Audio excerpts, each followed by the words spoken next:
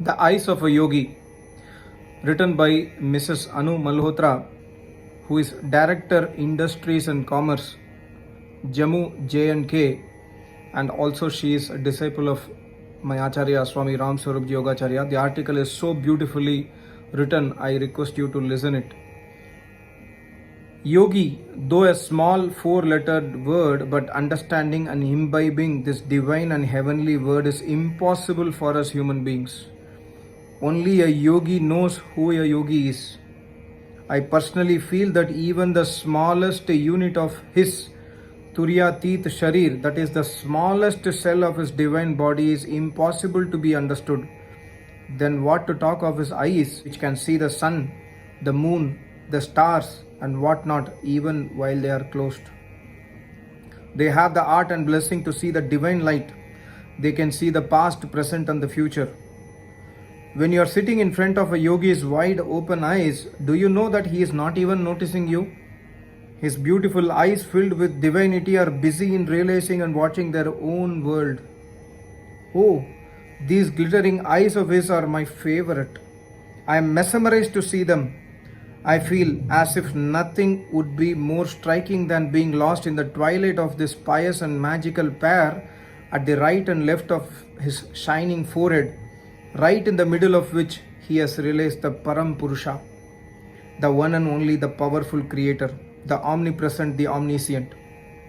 Let me tell you that you and me are not part of his world. You show him your wounds, but Yogi's eyes know and whisper to him, "What a man! Does this man not know that it is his past deeds for which God is punishing him?"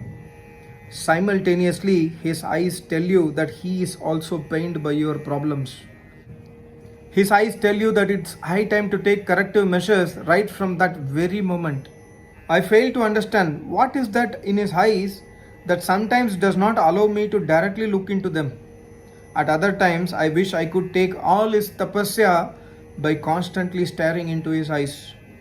From years, I have seen him wiping the precious dews flowing from his closed eyes while praising and preaching the one and only Almighty.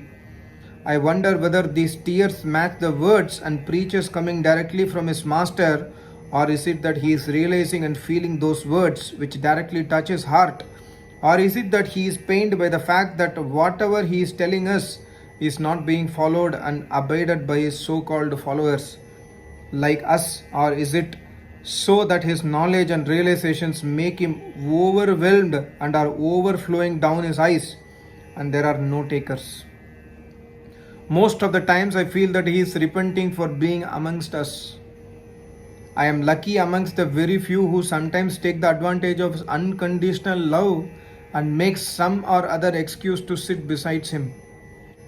I repeat the sentence, very touching here.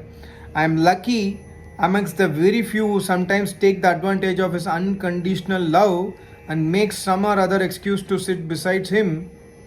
My brain says, don't do that, lest his one look shall reflect to him my past and present bad deeds. But my heart says, don't miss to look at them, as these are the only eyes that will burn my bad karmas and deeds. These are the eyes which will give me the strength to actually understand what is good and what is bad.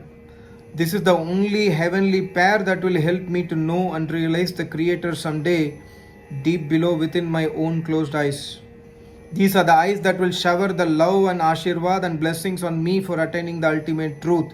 These are the eyes that will help me to close my eye peacefully. These are the eyes that will protect me from the cycle of rebirth. These are the ones that would shower on me the unending happiness of moksha. None of the followers, the Dvijas of my Yogeshwar Guru, have the guts to dare speak to my Yogeshwar by looking directly into his eyes. A few may be doing it, but then they are not the true ones. The eyes of a yogi are a mirror which reflect to us our true face. The moment we look at them, we will realize our shortcomings. All our sins we can see floating in his eyes, but his eyes still don't hate us. The eyes of a yogi destroy illusion. They tell you what is the ultimate truth. They keep conveying that this world is illusion and we must look for the truth which is neither created nor destroyed. Get detached to these worldly things and pleasures, they say, They tell us that our pious deeds are the only ones which will remain with us while our soul leaves this present life and enter into a new one.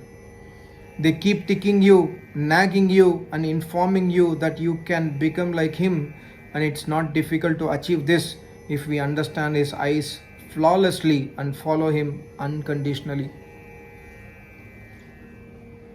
I don't have words to praise my sister, Mrs. Anu Malhotra. In fact, I have not seen anybody writing an article like this so flawlessly, so true, and so down to earth. Only people who have seen my Acharya can write like this, and only people who have known my Acharya in and out can write like this. Thank you, Mrs. Anu Malhotra. I hope you enjoyed the audio video. Thank you so much. Namaste. Om.